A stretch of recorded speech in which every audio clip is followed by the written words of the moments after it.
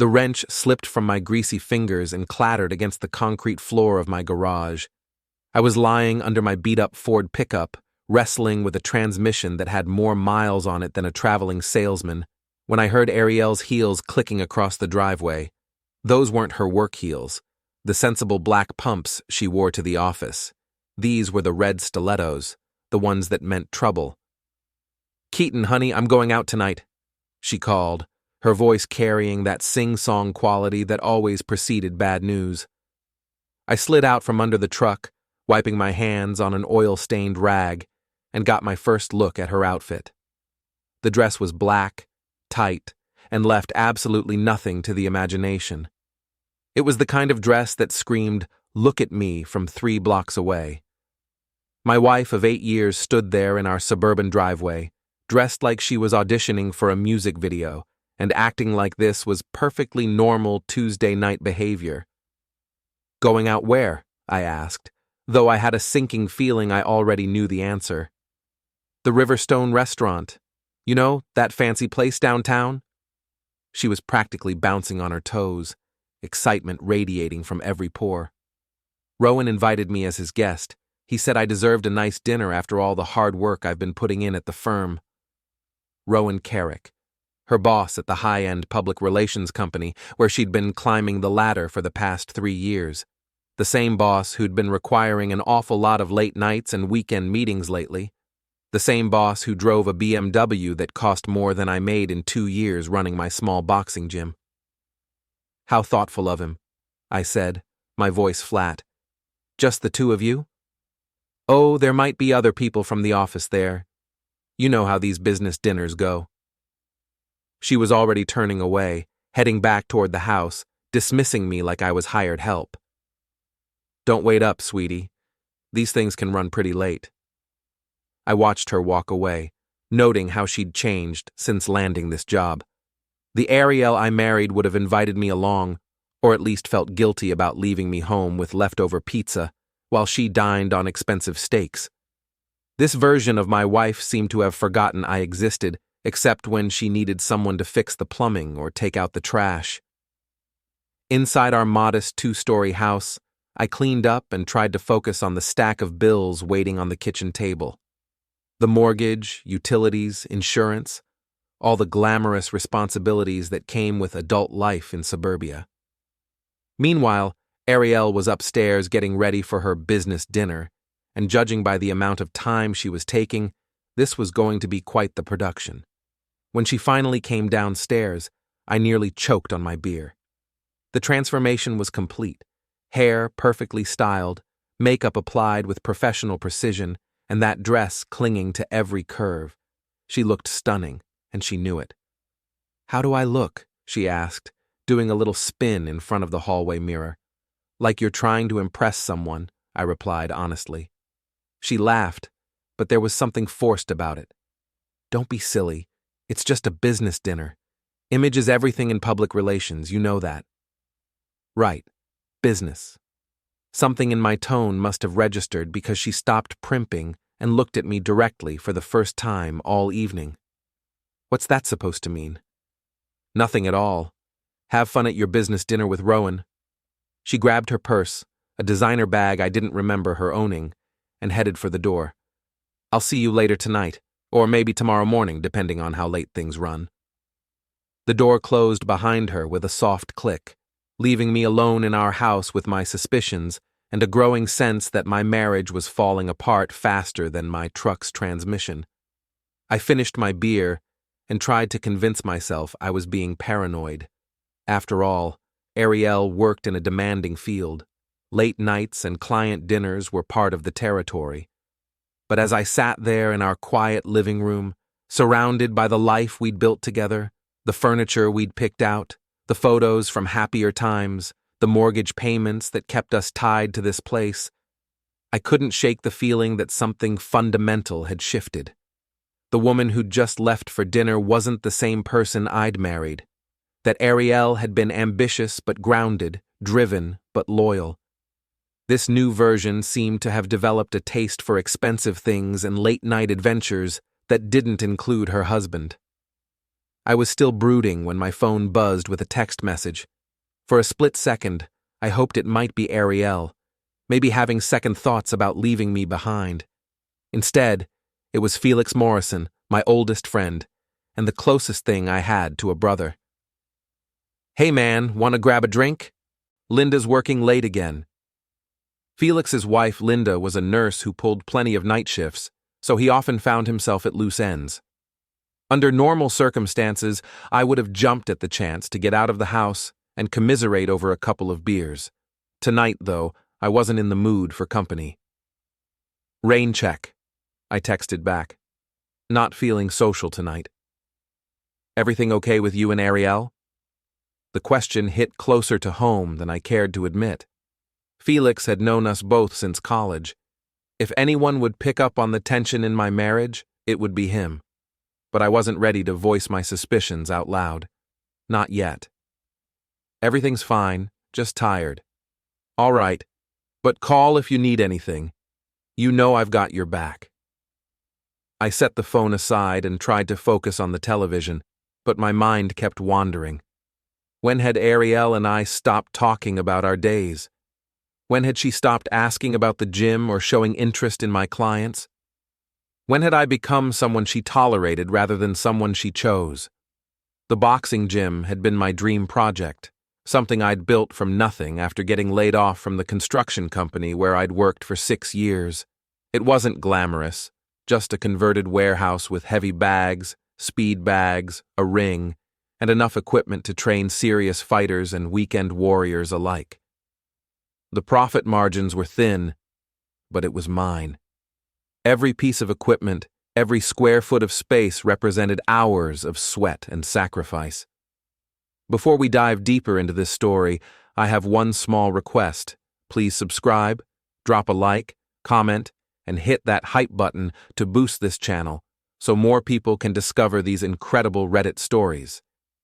Arielle used to be proud of what I'd accomplished.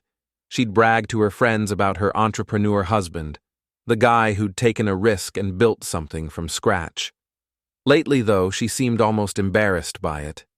When people asked what I did for a living, she'd mumble something about fitness and quickly change the subject. The clock on the cable box read 9:47 p.m. when I finally gave up pretending to watch television. I headed upstairs to our bedroom, intending to read until I got sleepy. That's when I saw it, Arielle's laptop, sitting open on her side of the bed. She'd been in such a hurry to get ready that she'd forgotten to close it. I wasn't proud of what I did next, but desperation makes people do things they never thought they would. I sat down on the edge of the bed and glanced at the screen. Her email was open, and right there at the top of her inbox was a message from Rowan Kerrick, sent just 2 hours earlier. "Looking forward to tonight. Wear something that will make me forget all about business. R." My hands were shaking as I scrolled through their email chain. What I found made my stomach turn. Months of increasingly intimate messages, inside jokes, and barely veiled references to their special relationship. The most recent exchange, from just 3 days ago, was particularly damning. "Arielle, last night was incredible. I can't stop thinking about you." Rowan, "You're amazing. I've never met anyone like you." Arielle, "What are we going to do about Keaton?" Rowan, "Let me worry about that. You deserve so much better than what you have now." I closed the laptop and sat there in the silence of our bedroom, trying to process what I'd just learned. My wife of 8 years was having an affair with her boss. Not only that, but they were discussing me like I was an obstacle to be removed rather than a human being with feelings and rights. The betrayal cut deeper than I'd expected. I'd had my suspicions, sure, but seeing it confirmed in black and white was like taking a punch to the gut from a heavyweight. For a moment, I considered calling her, confronting her right there at the restaurant, making a scene that would embarrass her in front of her precious boss. But then a different idea began to form. Arielle had always been image-conscious, always worried about what other people thought. Her career in public relations was built on managing perceptions and controlling narratives. What if I turned those same tools against her? I spent the next 2 hours planning my response. By the time Arielle came home at 1:30 a.m., reeking of expensive cologne and making excuses about traffic, I was ready. I pretended to be asleep as she slipped into bed beside me, but inside, I was wide awake and plotting. The next morning, I got up early and headed to the gym like it was any other day. But instead of focusing on my regular routine of training clients and maintaining equipment, I made a phone call to Porter Williams, Arielle's father. Porter was old school, a retired military officer who'd raised his daughter with strict values about loyalty, commitment, and family honor. He'd never particularly liked me, considering me beneath his daughter's station, but he absolutely despised dishonesty and betrayal. If there was anyone who could cut through Arielle's lies and manipulations, it was her own father. "Porter, it's Keaton. I need to talk to you about something important." "What's on your mind, son?" I chose my words carefully, sticking to facts rather than emotions. "Arielle's been lying to both of us about her work schedule. She's not putting in extra hours at the office. She's having an affair with her boss." The silence on the other end of the line stretched for nearly 30 seconds. When Porter finally spoke, his voice was ice cold. "Do you have proof?" "I have their emails. I can forward them to you." "Do that. And Keaton, if you're lying to me about this, if you're trying to manipulate me into taking sides in some marital spat, I'll make your life very unpleasant." "I'm not lying, Porter. I wish I was." I forwarded him the email chain and waited. 20 minutes later, my phone rang. "Where is she having dinner tonight?" Porter asked, without preamble. "The Riverstone Restaurant. Probably around 8 o'clock. "Good. I'll handle this from here." The line went quiet, and I allowed myself a small smile. Arielle thought she was so clever, playing her games and keeping her secrets. She had no idea that her carefully constructed double life was about to come crashing down around her. That evening, I positioned myself at Murphy's Tavern, a dive bar with a clear view of the Riverstone's parking lot. I nursed a beer and waited for the show to begin. At 8:15, I saw Arielle's car pull into the lot, followed 5 minutes later by Rowan's BMW. They were keeping up appearances, arriving separately like this was really a business meeting. At 8:45, Porter's truck rumbled into the parking lot. My father-in-law was a big man, built like the career soldier he'd been, and when he was angry, he could be genuinely intimidating. Tonight, he looked furious. I couldn't see inside the restaurant, but I didn't need to. I could imagine the scene perfectly. Arielle, dressed to impress and flirting shamelessly with her boss, suddenly looking up to see her father approaching their table, the color draining from her face as she realized her lies had been exposed. Rowan's confusion turning to panic as Porter began asking pointed questions about the nature of this business dinner. My phone buzzed with a text from Porter. "It's handled. She's coming home." 20 minutes later, Arielle burst through our front door, her face flushed with anger and embarrassment. She found me in the living room, calmly reading a book. "You called my father?" she demanded. "How could you do that to me?" I looked up from my book and met her eyes. "I didn't do anything to you, Arielle. You did it to yourself. You had no right to involve him in our personal business." "Our personal business? Is that what you call your affair with Rowan?" She opened her mouth to deny it, then seemed to realize the futility. Instead, she sank into the chair across from me, suddenly looking very small and very young. "How long have you known?" "Long enough. The question is, how long has it been going on?" "A few months. It just happened. We were working late and one thing led to another." "Spare me the details. I've read your emails." Her head snapped up. "You went through my personal messages?" "You left your laptop open, and frankly, after months of lies and excuses, I think I've earned the right to know what my wife has been up to." We sat there in silence for several minutes, the weight of 8 years of marriage hanging between us. Finally, Arielle spoke. What happens now? That depends on you. Do you want to save this marriage, or do you want to keep playing games with your boss? It's not that simple, Keaton. You don't understand what it's like for me, being married to someone who… Someone who what? Someone who loves you? Someone who's worked his tail off to build a life with you? Someone who's been faithful and supportive while you've been running around behind his back? Someone who's content to stay small, she said quietly. Someone who doesn't want more out of life. And Rowan wants more? Rowan understands ambition. He understands what it takes to succeed in a competitive world. He doesn't see my career as a threat to his ego. I've never seen your career as a threat. I've been proud of your success. Have you?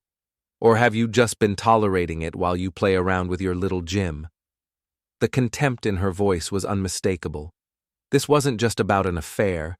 This was about fundamental differences in how we saw our lives and our future together. Arielle had outgrown me, or at least she thought she had. In her mind, I was holding her back from the glamorous life she deserved. My little Jim supports this household, I said evenly. My little Jim pays half the mortgage on this house. My little Jim is a legitimate business that I built from nothing, and it will never be anything more than that. You're content to be a small-town gym owner for the rest of your life. I want more. You want Rowan. I want a partner who shares my ambitions. Someone who understands that success requires sacrifices. Like sacrificing your marriage vows? She flinched but didn't back down. Like sacrificing comfort for opportunity. Like taking risks instead of playing it safe. So what are you saying? You want a divorce? I'm saying I want you to think about what kind of life you really want. And I want you to consider whether that life includes room for someone like me. She stood up and headed for the stairs. I'm sleeping in the guest room tonight. We can talk more tomorrow when we've both had time to think. I listened to her footsteps on the stairs, followed by the sound of the guest room door closing. Then I sat alone in our living room, surrounded by the debris of our marriage, and began planning my next move. Arielle thought she held all the cards. She had her successful career, her wealthy lover, and her conviction that she deserved better than what I could offer. What she didn't realize was that I'd been underestimated before, and I'd learned how to turn that to my advantage. The boxing gym might not have made me rich, but it had taught me patience, strategy, and the importance of timing. In the ring, the fighter who throws the first punch doesn't always win. Sometimes the smart move is to let your opponent make mistakes, to tire themselves out with flashy combinations that don't connect, and then strike when they least expect it. Arielle had thrown her first punch tonight, revealing her true feelings about our marriage and her plans for the future. Now it was my turn to respond, and I intended to make it count. I woke up the next morning to the sound of Arielle moving around upstairs, getting ready for work like nothing had happened. The shower ran for 20 minutes, longer than usual, and I could hear her opening and closing drawers, probably selecting an outfit that would help her face whatever awkwardness awaited her at the office after last night's scene at the restaurant. I made coffee and sat at the kitchen table, scrolling through my phone while I waited for her to come downstairs. When she finally appeared, she looked like she was heading to a job interview rather than her regular workplace. The navy blue suit was conservative but expensive, her makeup was flawless, and her hair was pulled back in a style that screamed serious professional. "We need to establish some ground rules," she announced, pouring herself coffee and remaining standing like she was chairing a business meeting. "Last night was humiliating for both of us, but especially for me. My father had no business interfering in our marriage, and you had no right to involve him. Your father was concerned about his daughter's behavior. I just provided him with information. You ambushed me. You set me up to be embarrassed in front of my boss and coworkers. I exposed your lies. There's a difference." She set down her coffee cup harder than necessary. "Fine. You want honesty? Here's honesty. Yes, I've been seeing Rowan. Yes, it's more than just professional. And yes, I've been lying to you about it because I didn't want to hurt you unnecessarily. How considerate of you." Don't be sarcastic, Keaton. It doesn't suit you. What does suit me, in your opinion? Blind trust? Willful ignorance? Should I have just pretended not to notice that my wife was having an affair? You should have talked to me directly instead of going behind my back to my father. Like you talked to me directly instead of going behind my back to your boss? She had the grace to look uncomfortable, but she didn't back down. This situation is complicated. There are factors you don't understand. Enlighten me. Rowan has offered me opportunities that could change my entire career trajectory. He's connected, he's successful, and he believes in my potential. This isn't just about romance, it's about my future. And where do I fit into this future? That's what we need to figure out. I studied her face, looking for any trace of the woman I'd married. She was still beautiful, still intelligent, still capable of commanding attention when she walked into a room. But something essential had changed. The Arielle I'd fallen in love with had been ambitious, but not ruthless, confident, but not cold. This version seemed to have traded her warmth for calculation. "What does Rowan think about your husband?" I asked. "He thinks I deserve better." "Better than what, specifically?" "Better than a small-town life with limited horizons. Better than worrying about money all the time. Better than being married to someone who's content with mediocrity." Each word was like a small slap, designed to sting and diminish. I realized this wasn't a conversation, it was a negotiation, and Arielle was trying to establish her position of strength. She wanted me to feel small, inadequate, grateful for whatever scraps of attention she might throw my way. "I see. And what does he propose to do about your current situation?" "He's willing to be patient while I figure things out. He understands that ending a marriage is complicated." "How generous of him. And what does he get in return for this patience?" "That's between Rowan and me. Actually, since you're still my wife, I'd say it concerns me too." She glanced at her watch. Another new acquisition I didn't recognize. "I need to get to work. We can continue this conversation tonight." "Will you be home for dinner, or do you have another business meeting?" "I'll be home by 7. We can order takeout and discuss our options like adults." She gathered her purse and headed for the door, then paused and looked back at me. "Keaton, I know this is hard for you. I know it's not what either of us planned when we got married. But people change, circumstances change, and sometimes we have to make difficult choices." "Some people change," I corrected. "Others just reveal who they really were all along." After she left, I sat in the quiet kitchen and considered my options.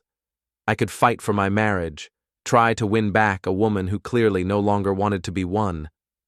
I could accept defeat gracefully, agree to a divorce, and start over at 34 with whatever assets we might split, or I could do something else entirely. The problem with both of the conventional approaches was that they accepted Arielle's framing of the situation.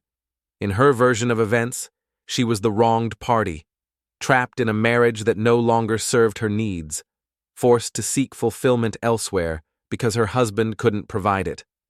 I was cast as the obstacle to her happiness, the small-minded man holding back a woman destined for greater things. But what if that narrative was wrong? What if Arielle wasn't a victim of circumstances, but the architect of her own problems? What if her affair wasn't a symptom of our marriage's failure, but the cause of it? I spent the morning at the gym, working through my anger on the heavy bag while my clients went through their routines. Boxing had taught me that anger could be useful if properly channeled, but destructive if allowed to run wild. I needed to be smart about this, strategic rather than emotional. Around noon, Felix showed up. He often stopped by during his lunch break from the insurance office where he worked as a claims adjuster. We'd been friends since college, and he was one of the few people who knew both Arielle and me well enough to offer useful perspective. "You look like hell," he said, watching me wrap my hands after a particularly brutal session with the speed bag. "Thanks. Always nice to hear from a friend." "Seriously, what's going on? You've been weird for weeks, and last night you blew off drinks without explanation." I considered how much to tell him. Felix was trustworthy, but he was also friends with Arielle. They'd known each other almost as long as he'd known me, and I wasn't sure where his loyalties would fall if he was forced to choose sides. Marriage stuff, I said finally. Nothing I can't handle. Want to talk about it? Not particularly. He nodded, understanding that I wasn't ready to open up. Well, if you change your mind, you know where to find me. Linda and I went through a rough patch a couple years ago. Sometimes it helps to talk to someone who's been there. What happened with you and Linda? She thought I was taking her for granted, working too much, not paying enough attention to what she needed. We had some pretty ugly fights before we figured out how to fix it. How did you fix it? Counseling, mostly. And I had to accept that some of her complaints were legitimate. I was so focused on building my career that I forgot to nurture my marriage. What if the problems go deeper than that? How deep are we talking? I hesitated, then decided to test the waters. Hypothetically, what would you do if you found out Linda was cheating? Felix stopped wrapping his hands and looked at me directly. Is this hypothetical, or are we talking about Arielle? Let's call it hypothetical for now. Hypothetically, I'd want to know why. Was it just physical, or was there an emotional component? Was it a one-time mistake, or an ongoing relationship? Was she planning to leave me for the other guy, or was she just scratching an itch?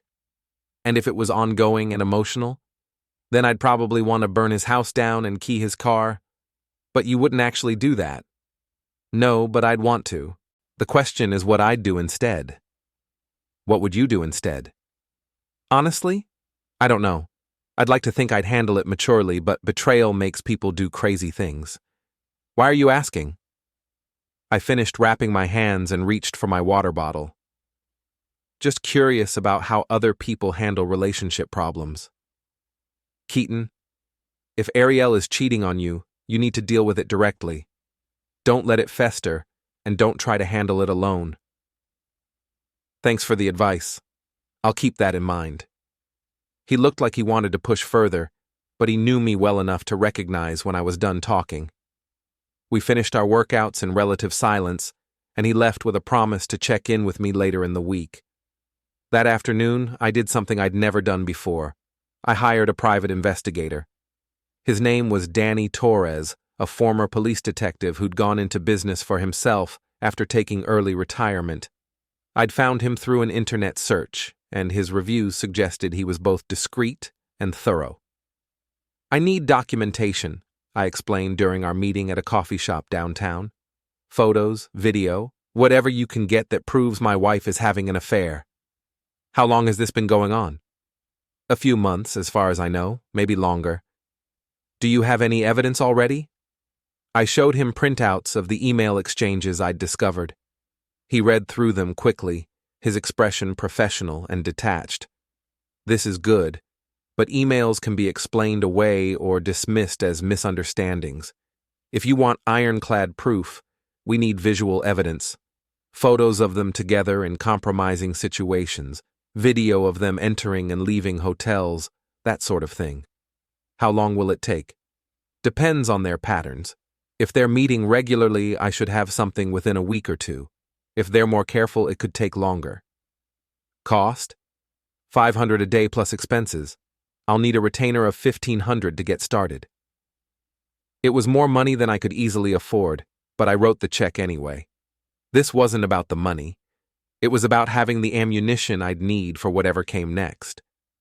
That evening, Arielle came home at exactly 7 o'clock, carrying bags from an upscale Chinese restaurant. She'd changed out of her business suit into jeans and a sweater, and for a moment she looked like the woman I'd married rather than the stranger she'd become. I thought we could eat and talk, she said, unpacking containers of food onto the kitchen table. I know yesterday was difficult for both of us. Difficult is one word for it. I've been thinking about what you said, about honesty and communication. You're right that I should have talked to you directly instead of letting things get so complicated. I sat down across from her and opened a container of orange chicken. I'm listening. I want you to know that my feelings for Rowan don't diminish what we've had together. Our marriage has been good in many ways. You've been a good husband, and I don't want you to think this is about your failures as a partner. How reassuring. I'm trying to be fair here, Keaton. This situation isn't entirely your fault, but it's not entirely mine either. We've grown in different directions, and now we need to decide whether we can find our way back to each other or whether it's time to acknowledge that we want different things. What do you want? I want a partner who shares my ambitions. I want someone who pushes me to be better, who challenges me intellectually and professionally. I want excitement and growth and the feeling that my life is moving forward rather than standing still. And you think Rowan can give you those things? I think he understands them in a way that you don't. Because he has more money? Because he has vision, because he's built something significant and continues to build. Because when he looks at me, he sees potential rather than just a wife who's supposed to be satisfied with what she already has. I ate in silence for several minutes, processing her words. What she was describing wasn't love. It was a business partnership with romantic benefits. She wanted a man who could advance her career and elevate her social status. Someone who could provide access to a world she couldn't reach on her own. What about our history together? I asked. What about the promises we made when we got married? People make promises based on who they are at the time. We were different people 8 years ago. We had different dreams and different priorities. My priorities haven't changed. I still want to build a life with you. But what kind of life? The same middle-class existence we have now? The same small circle of friends? The same modest house? The same limited horizons? What's wrong with this life? We're healthy, we're financially stable, we care about each other, or at least I thought we did. There's nothing wrong with it, but there's nothing particularly right about it either. It's safe and predictable and utterly ordinary. And ordinary isn't good enough for you anymore. I want more, Keaton. I want to matter. I want to make a difference in the world, and I want to be with someone who supports that ambition instead of just tolerating it. I've always supported your career. You've tolerated it. There's a difference. We finished dinner in tense silence, both of us retreating into our own thoughts. Afterward, Arielle loaded the dishwasher while I sat at the table, watching her move around our kitchen like she was already mentally packing her bags. So, what happens now? I asked. I think we should consider a trial separation.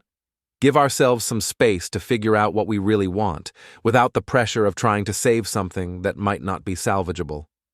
A trial separation? How convenient for you and Rowan. This isn't about Rowan. This is about us. Everything's been about Rowan for months. Don't pretend otherwise. She turned to face me, her expression sad, but resolute. I'm not going to apologize for finding someone who makes me happy. I'm not going to feel guilty for wanting more out of life than what we have here. And I'm not going to make this easy for you. What's that supposed to mean? It means that if you want out of this marriage, you're going to have to own that decision. You're going to have to look me in the eye and say that 8 years of marriage, 8 years of building a life together, 8 years of love and partnership mean less to you than a few months of excitement with your boss. That's not fair. Neither is adultery. She flinched but didn't deny the charge. I never meant for things to happen this way. But they did happen this way, and now we both have to live with the consequences. What are you going to do? I'm going to fight for my marriage. I'm going to remind you of who we used to be and what we used to mean to each other. And I'm going to make sure you understand exactly what you're giving up before you walk away. Keaton, I'm not done.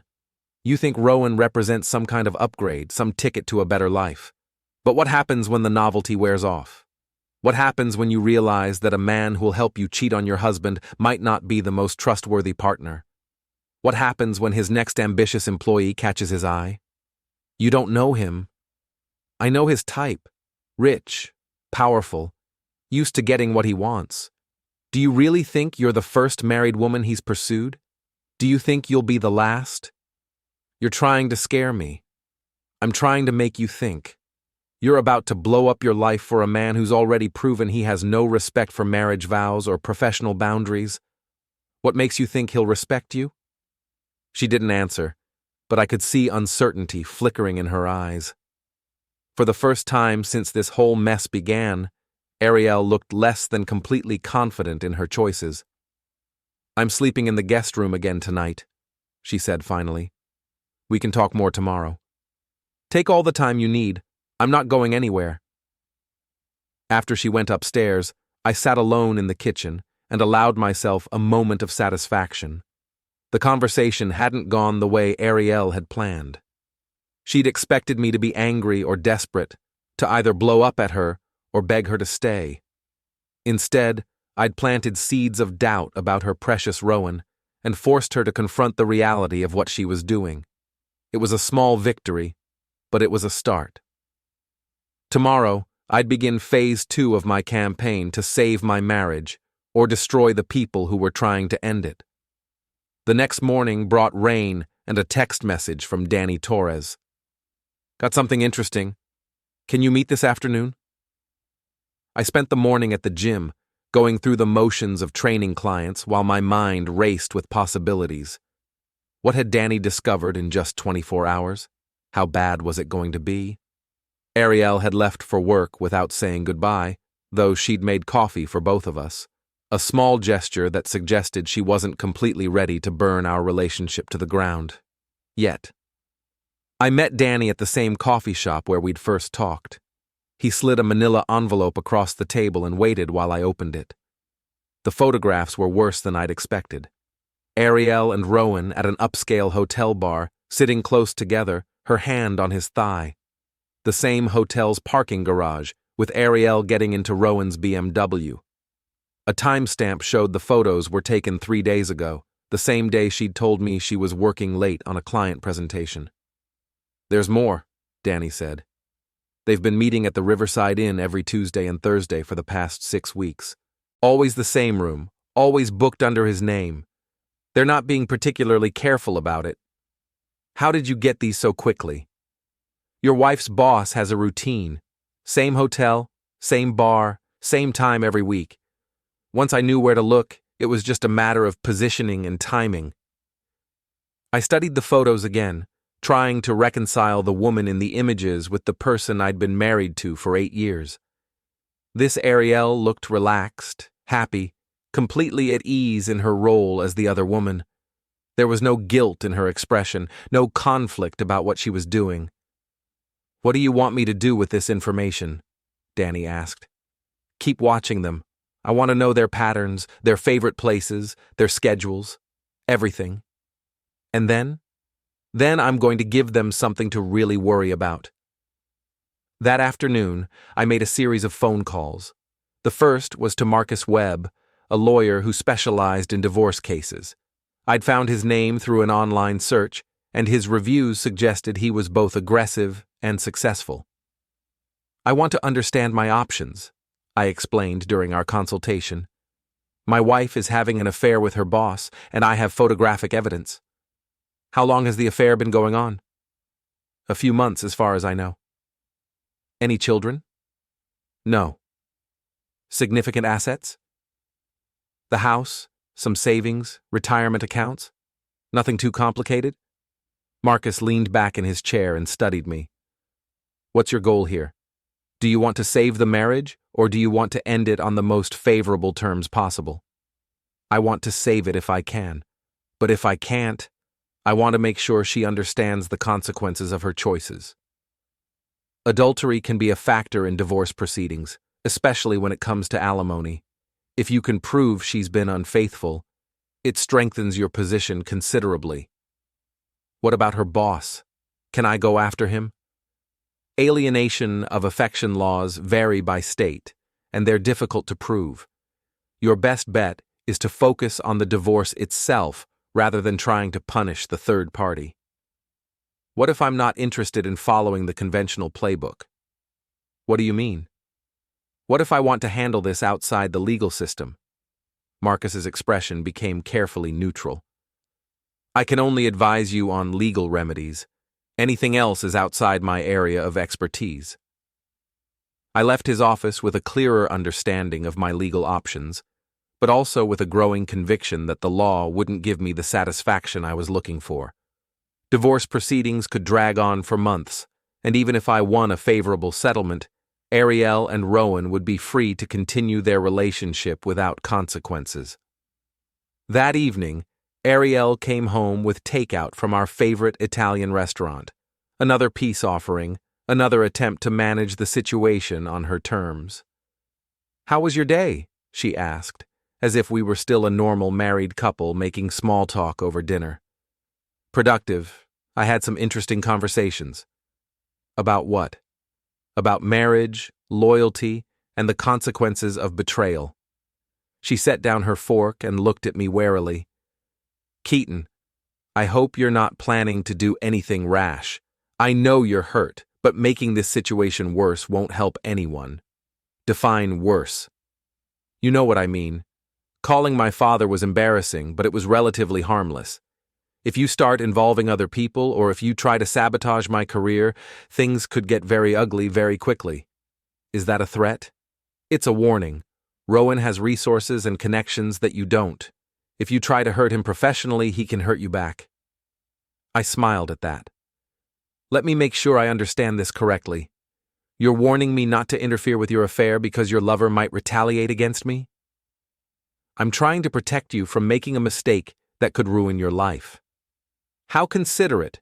And what about the mistake you've already made? What about the damage you've already done to our marriage?" "I've made mistakes, yes, but I'm trying to handle this situation maturely, without unnecessary drama or public humiliation." "You mean you're trying to have your cake and eat it too? You want to keep your husband as a safety net while you explore your options with your boss? That's not fair." "Neither is adultery, but here we are." We ate in silence for several minutes, the tension thick enough to cut with a knife. Finally, Arielle spoke again. "I've been thinking about what you said yesterday, about Rowan's intentions and his track record with women. I want you to know that I'm not naive about this situation." "Meaning?" "Meaning I understand that workplace relationships can be complicated. I understand that he's in a position of power, and that creates certain dynamics. But you're doing it anyway." "I'm exploring my options. I'm trying to figure out what I want my life to look like 5 years from now." "And you can't figure that out while remaining faithful to your marriage?" "I don't think I can figure it out while remaining trapped in a marriage that no longer serves either of us." "So you've already decided we're trapped, haven't you? Be honest, Keaton. When was the last time you were truly happy with our life together? When was the last time you looked at me and felt excited about our future?" The question caught me off guard because it forced me to examine my own feelings honestly.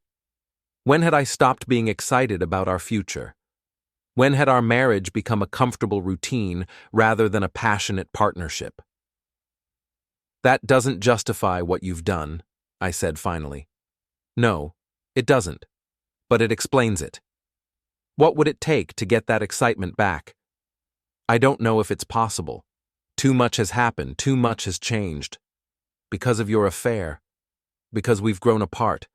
The affair's a symptom, not the cause." That's a convenient way to rationalize it. It's an honest way to understand it.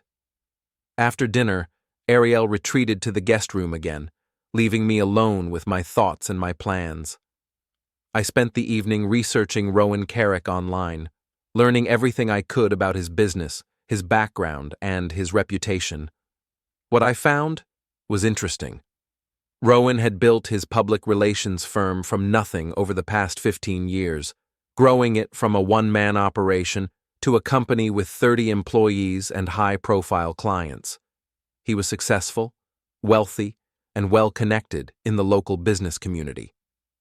He was also divorced. His marriage had ended 3 years ago under circumstances that weren't entirely clear from the public records, but the timeline suggested it had been messy. His ex-wife had kept his name but moved to another state shortly after the divorce was finalized. More interesting were the whispers I found on professional networking sites and industry forums. Nothing actionable, nothing that could be proven, but suggestions that Rowan had a pattern of getting involved with female employees. One anonymous post on a career advice forum mentioned inappropriate relationships and hostile work environment, but didn't provide specifics. I made a note to have Danny look into Rowan's employment history and his previous relationships. If there was a pattern of behavior, it might be useful leverage. The next day brought a call from Felix. "Linda and I are having a barbecue this Saturday. You and Arielle should come." "I'm not sure that's a good idea right now." "Why not? You two seemed fine the last time I saw you." "Things change." "What kind of things?" I hesitated, then decided it was time to start building my support network. "The kind of things that end marriages." "Jesus, Keaton, what happened?" "She's been cheating on me with her boss." The silence stretched for nearly 30 seconds. When Felix finally spoke, his voice was tight with anger. "Are you sure?" "I have photos." "That witch. I can't believe she'd do that to you." "Believe it." "What are you going to do?" "I'm working on it." "Do you need anything? Money? A place to stay? Someone to help you move your stuff?" "Not yet. But I might take you up on that later." "Seriously, man. Whatever you need." Arielle was always a little too ambitious for her own good, but I never thought she'd pull something like this. "What do you mean, too ambitious?" "Come on. You know what I mean. She always acted like she was settling by marrying you, like she deserved better than a gym owner from the wrong side of town. She never said that. She didn't have to say it. It was in the way she talked about your business, the way she introduced you to her work friends, the way she acted at parties, like she was embarrassed. Why didn't you ever mention this before? Because it wasn't my place, and because I hoped I was wrong. But looking back, the signs were there." "What signs?" "The way she dressed for work, like she was trying to impress someone specific. The way she started working late all the time but never seemed stressed about it. The way she stopped talking about you and your gym when we'd all hang out together." "You think other people noticed?" "Linda noticed. She mentioned it a few months ago, said Arielle seemed different somehow. More secretive, more focused on her appearance." "And you didn't think to warn me?" "Warn you about what? That your wife was taking more care with her appearance and working hard at her job? That's not exactly grounds for an intervention." He was right, of course. The signs Felix was describing could have been explained by career ambition, by a desire to succeed in a competitive field. It was only in retrospect, with the knowledge of her affair, that they seemed obviously suspicious. "Listen," Felix continued, "cancel whatever you're doing Saturday and come to the barbecue. You need to get out of the house, and you need to be around people who care about you." "What about Arielle?" "What about her? She made her choice. Now you get to make yours." "I'll think about it." "Don't think about it, just come. Bring beer and leave your problems at home for a few hours." After I hung up, I realized that Felix's barbecue might actually be useful for my purposes. Arielle would expect to be invited, and when I showed up alone, it would send a message to our entire social circle. People would ask questions, and eventually, the truth would come out. But first, I needed to set the stage properly. I needed to make sure that when the story of our marriage's collapse became public, I would be seen as the wronged party, rather than the vindictive husband. I called Danny Torres and asked him to step up his surveillance. "I want to know everything they do, everywhere they go, everyone they talk to, and I want it documented." "That's going to get expensive." "I don't care about the cost. I care about having ammunition when I need it." "What are you planning?" "I'm planning to give my wife and her lover exactly what they deserve." That evening, Arielle came home with news. "I need to go out of town next weekend for a client conference. It's in Chicago, and I'll be gone from Friday evening until Sunday afternoon." "Business or pleasure?" "Business, although Rowan will be there too, so I suppose it's both." The casual way she mentioned Rowan's presence was like a slap in the face. She wasn't even pretending anymore, wasn't making any effort to hide the nature of their relationship. How convenient for both of you. Keaton, I know this is difficult, but we agreed to be honest with each other. We agreed to a lot of things when we got married. Honesty was just one of them. I can't change what's happened. I can only try to handle the situation with as much integrity as possible going forward. Integrity. That's an interesting choice of words. What would you prefer I do? Lie to you about my plans? Sneak around behind your back? I'd prefer you to honor your marriage vows, but apparently that's not an option. No, it's not. Not anymore. Then I guess we both know where we stand. I guess we do. She went upstairs to pack for her trip, leaving me alone to finalize my plans. By the time she returned from Chicago, everything would be in motion. Her comfortable double life would be over, and she'd be forced to choose between her marriage and her affair. I was betting she'd choose the affair, which would give me the moral high ground and the public sympathy I'd need for what came next. But first, I had a barbecue to attend. Saturday arrived gray and drizzly, perfect weather for my mood as I drove to Felix and Linda's house. I'd spent the morning at the gym, working out my frustrations on the heavy bag while trying to decide exactly how much to reveal about my situation. Felix lived in a neighborhood similar to mine. Middle-class suburban homes with small yards and attached garages. The kind of place where people knew their neighbors and kids played in the streets until dark. The kind of life Arielle had apparently outgrown. I could hear voices and laughter coming from the backyard as I walked up the driveway, carrying a cooler full of beer. Felix met me at the gate, his expression concerned. Where's Arielle? Business trip, Chicago. On a weekend? So she says. He studied my face for a moment, then nodded toward the house. Come on, Linda's been asking about you.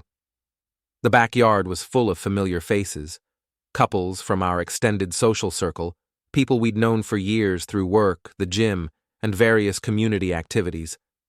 These were the people who'd attended our wedding, who'd celebrated birthdays and holidays with us, who thought of Arielle and me as one of the stable couples in the group. Linda Morrison approached as soon as she saw me, her nurse's instincts picking up on my mood immediately. Keaton, where's Arielle? I was hoping to catch up with her. She's traveling for work this weekend. Again? She's been doing a lot of that lately. Yes, she has. Something in my tone must have alerted her because she glanced at Felix, who gave an almost imperceptible shake of his head. The message was clear. Don't push right now. I spent the next hour making small talk and nursing a beer, watching couples interact and wondering how many of them were genuinely happy versus just going through the motions. Were any of the other wives looking at their husbands with barely concealed contempt? Were any of the other men oblivious to their partner's growing dissatisfaction? Around 6 o'clock, as the sun was setting and people were starting to think about heading home, Danny Torres called. You need to see this, he said without preamble. Can you meet me tonight?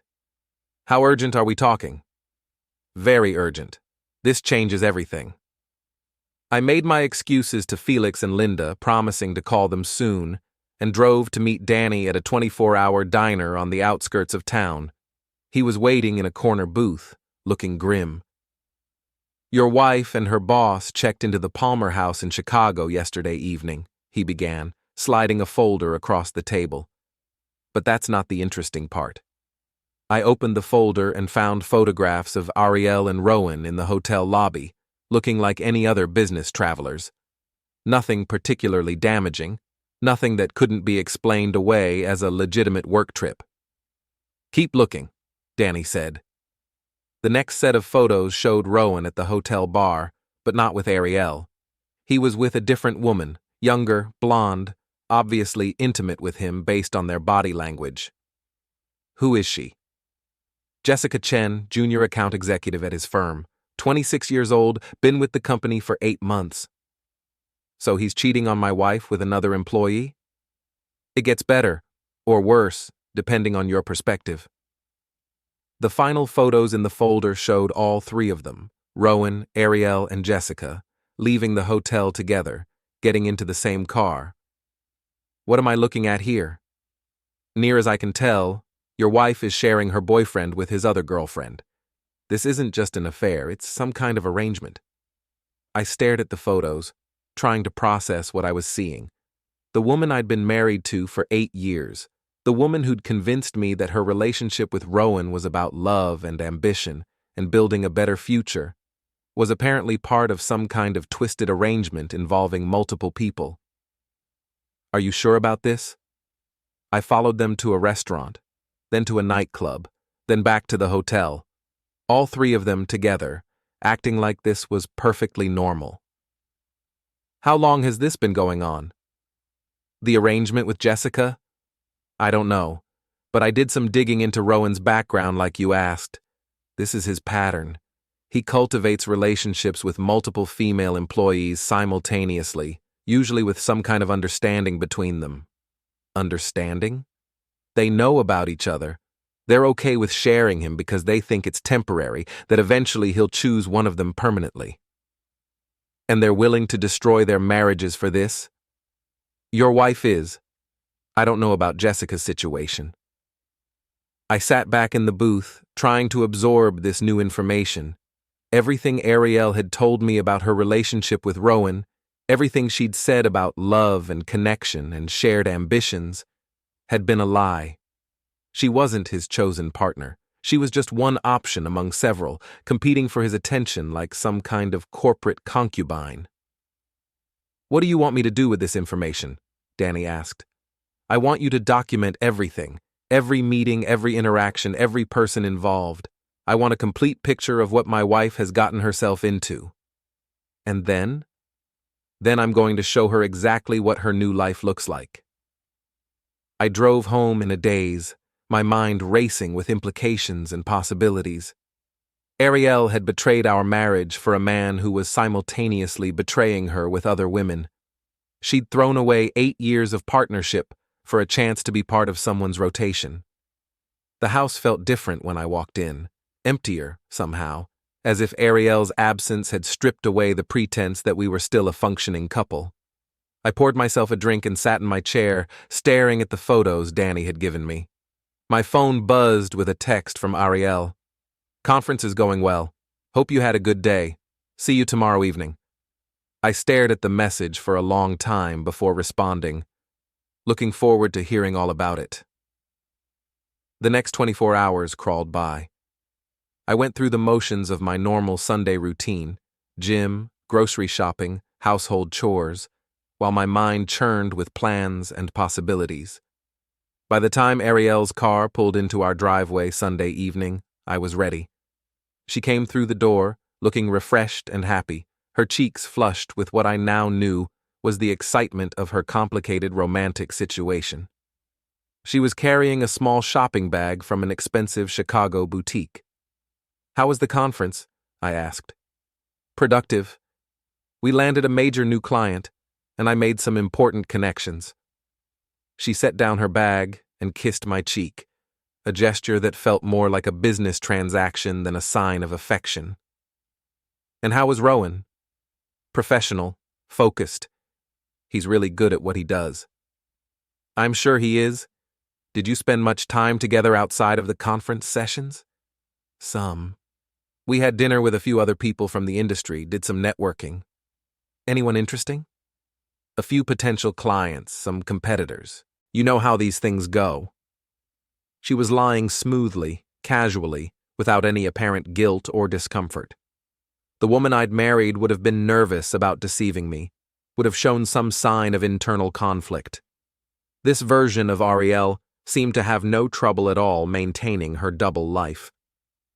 I have something to show you, I said. What is it? I handed her the folder of photographs. Evidence of how your boyfriend spends his time when he's not with you. She opened the folder and went very still. I watched her face as she processed the images, the initial confusion, the growing understanding, the flush of humiliation, as she realized what she was looking at. Where did you get these? Does it matter? You had me followed? I had your boyfriend followed. You just happened to be there. She closed the folder and set it on the coffee table, her hands shaking slightly. This isn't what it looks like. Really? Because it looks like you're sharing your lover with his other employees. It's complicated. I'm sure it is. Help me understand the complications. Rowan has a different approach to relationships than most people. He believes in honesty and openness rather than traditional exclusivity. How progressive of him. And you're comfortable with this arrangement? I'm learning to be. Learning to be comfortable sharing your boyfriend with other women, or learning to be comfortable lying to your husband about it? Both, I suppose.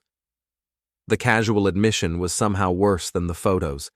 She wasn't even pretending to be ashamed of what she'd gotten herself into. So when you told me about wanting a partner who shared your ambitions, you meant you wanted to be part of someone's stable of ambitious women? That's not how I'd describe it. How would you describe it? As a modern approach to relationships, as an acknowledgement that one person can't meet all of another person's needs. And what needs is Jessica meeting that I couldn't? It's not about you, Keaton. It's about me exploring different aspects of myself, different possibilities for my life. By sharing a man with his other employees, by refusing to be limited by conventional expectations about marriage and monogamy. I laughed, a sound with no humor in it. You're really going to try to frame this as some kind of enlightened lifestyle choice? I'm trying to be honest about what I want and what I'm willing to do to get it. What you want is to be one of several women competing for the attention of a man who's using his position of power to manipulate his employees into relationships. That's not what this is. That's exactly what this is. You're being used, Arielle. You're being played by a man who's done this before with other women, and you're too infatuated to see it. You don't understand the situation. I understand it perfectly. You've traded your marriage, your integrity, and your self-respect for a chance to be part of someone else's fantasy. And you've convinced yourself that this makes you sophisticated instead of just another victim. She stood up abruptly, her composure finally cracking. I don't have to listen to this. Actually, you do. You're still my wife. This is still our house. And we're still going to have this conversation. What do you want from me, Keaton? An apology? A promise to change? What would make you feel better about this situation? I want you to see what you've become. I want you to understand what you've thrown away and what you've gotten in return. And then what? You forgive me and we go back to the way things were? No. Then you make a choice. You end this insanity and commit to rebuilding our marriage, or you leave and pursue your enlightened lifestyle with my blessing. And if I choose to leave? Then you leave with nothing but the clothes on your back and whatever self-respect you have left. You can't do that. I have rights. You have the rights that the law gives you, nothing more. And adultery tends to complicate divorce proceedings, especially when it involves this level of deception and humiliation. She stared at me for a long moment, and I could see her calculating, trying to figure out her best move. The woman I'd married would have been horrified by what she'd done, would have been begging for forgiveness and promising to change. This version was trying to determine how to minimize her losses. I need time to think, she said finally. You have until tomorrow evening. Make your choice and let me know what you decide. And if I choose Rowan? Then I'll make sure everyone knows exactly what kind of choice you made and what kind of man you made it for. She went upstairs without another word, leaving me alone with the photographs and the wreckage of our marriage. I poured another drink and sat in the quiet house, waiting for morning and whatever decision my wife would make about our future. Either way, I was done being the patient, understanding husband.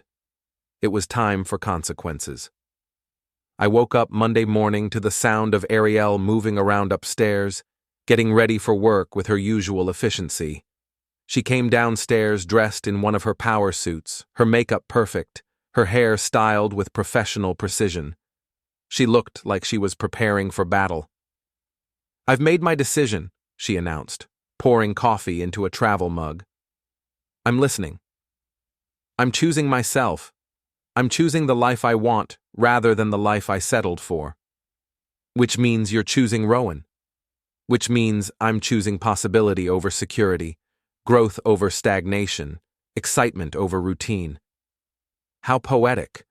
When are you moving out? This weekend. I've already spoken to a lawyer about the divorce proceedings. Of course you have.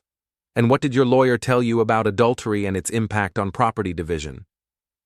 He told me that modern divorce law focuses more on equitable distribution than on assigning blame. Did you mention the photographs? I mentioned that you'd been having me followed, yes. He said that kind of behavior could actually work against you in court. I smiled at that. Your lawyer is probably right about the legal aspects. But this isn't just about the law anymore. What do you mean? I mean that you've made a choice that's going to have consequences beyond what happens in divorce court. You've chosen to humiliate me publicly, to betray our marriage vows, and to throw away 8 years of partnership for a man who's using you for his own entertainment. Rowan isn't using me. Rowan is using you, Jessica, and probably several other women I haven't discovered yet, but you're too infatuated to see it. You're wrong about him. Am I? Tell me something, Arielle. When you were in Chicago with Rowan and Jessica, did he spend equal time with both of you? Did he treat you like his primary partner, or like one of his options? She hesitated, and I saw uncertainty flicker across her face. He's managing a complex situation, she said finally. He has to be careful about appearances, about office politics. He's managing his stable of women, and you're telling yourself it's about office politics. You don't understand the dynamics. I understand them perfectly. You're competing with other women for the attention of a man who's never going to choose just one of you because he doesn't have to. You've given him everything he wants without requiring anything in return. That's not true, isn't it? What has he promised you, exactly? Marriage, exclusivity, a future together, or just continued access to his bed when it's convenient for him? She didn't answer, which was answer enough. Here's what's going to happen, I continued. You're going to move out this weekend and file for divorce. You're going to continue your relationship with Rowan, sharing him with Jessica and whoever else comes along. And eventually, you're going to realize that you've traded a real partnership for a fantasy that was never going to become reality. And what are you going to do? I'm going to make sure everyone knows exactly what kind of person you really are. I'm going to make sure your family, your friends, and your professional network understand what you've done and why you've done it. You can't do that. It's harassment. It's truth-telling. There's a difference. My lawyer said, your lawyer is focused on protecting your legal interests. I'm focused on protecting my reputation and making sure you face appropriate consequences for your choices. She grabbed her purse and headed for the door. I don't have time for this conversation. We can discuss the details of the separation this evening. Actually, we can't. I have plans this evening. What kind of plans? I'm having dinner with your parents. They're very interested in understanding what's been happening with their daughter's marriage. The color drained from her face. You can't involve my parents in this. I already have. Your father called me yesterday asking for an update on the situation. Apparently, he's been worried about you since that night at the restaurant. What did you tell him? The truth. That his daughter is having an affair with her married boss and has decided to end her marriage to pursue a relationship with a man who's simultaneously involved with multiple women. You had no right to do that. I had every right. Porter asked me a direct question about his daughter's behavior, and I gave him an honest answer. He's going to be furious. Yes, he is. Your mother, too, I imagine. They raised you to have better values than this. She stood there for a moment, clearly torn between anger and panic.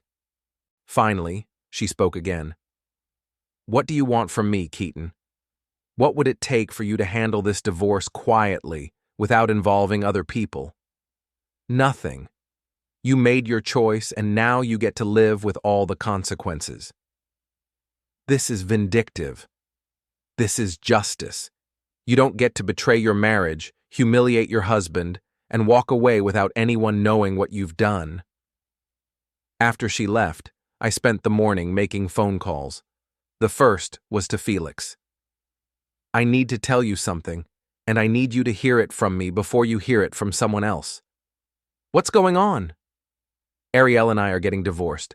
She's been having an affair with her boss, and she's chosen him over our marriage." Jesus Christ. "I'm sorry, man. I know this has to be devastating." "I'm angry more than devastated. But I wanted you to know what was happening before the news gets around." "What can Linda and I do to help?" "Just be my friends. Don't let Arielle spin this as some kind of mutual decision or amicable separation. She cheated, she lied, and she chose to end our marriage for another man. You don't have to worry about that. We know who you are, and we know what she's done." The second call was to my parents, who lived in Florida and deserved to hear the news directly from me. "I'm sorry, son," my father said, after I'd explained the situation. "I know you loved her, but maybe this is for the best. A woman who'd do something like this isn't the kind of partner you need." "Your father's right," my mother added. "You deserve better than someone who doesn't appreciate what she has." The third call was to several of our mutual friends, giving them my version of events before Arielle could start managing the narrative. I stuck to facts, avoided emotional appeals, and let the truth speak for itself. That evening, I drove to Porter and Margaret Williams's house, a stately colonial in one of the city's better neighborhoods. Porter answered the door himself, his face grim. "Keaton, come in."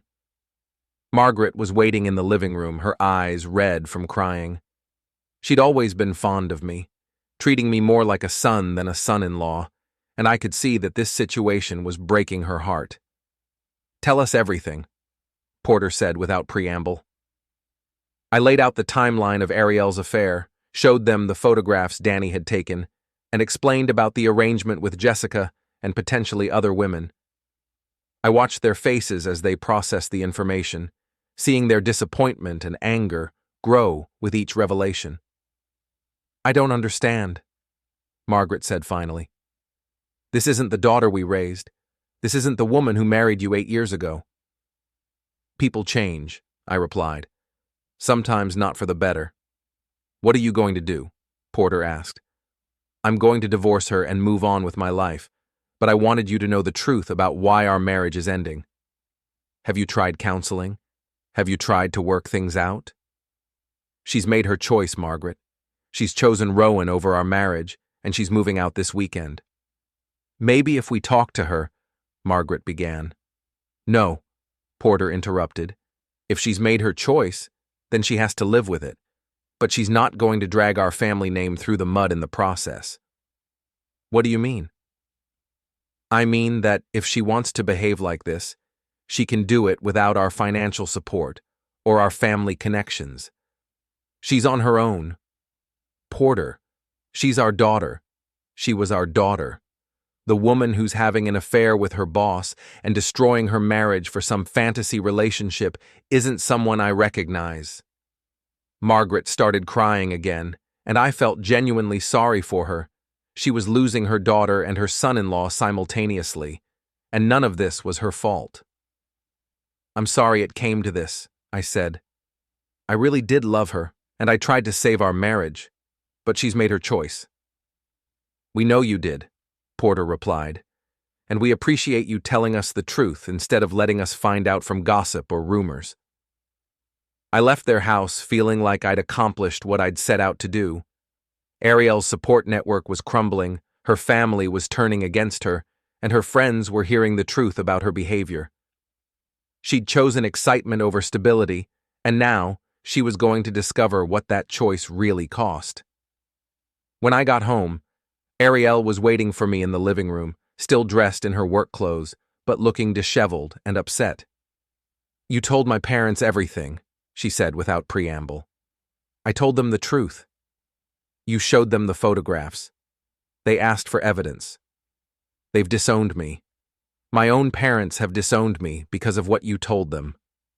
They've disowned you because of what you did. I just provided the information. This is cruel, Keaton. This is beyond anything I deserved. You deserved consequences for your actions.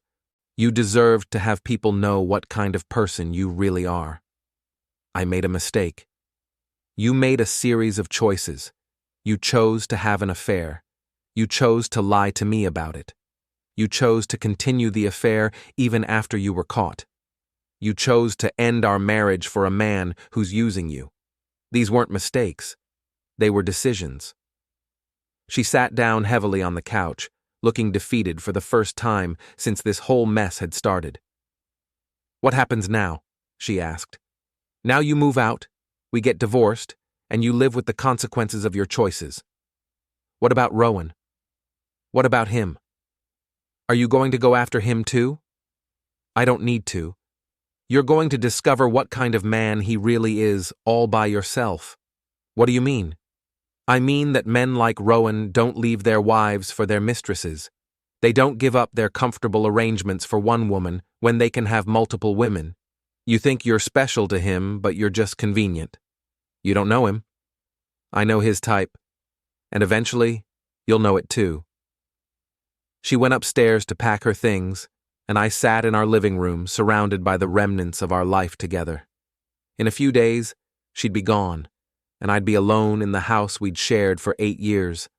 But for the first time in months, I felt like I could breathe. The lies were over, the pretense was finished, and everyone knew the truth about what had happened to our marriage. Arielle had made her choice, and now she'd have to live with it.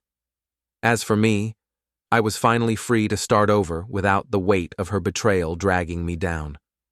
The reckoning was complete.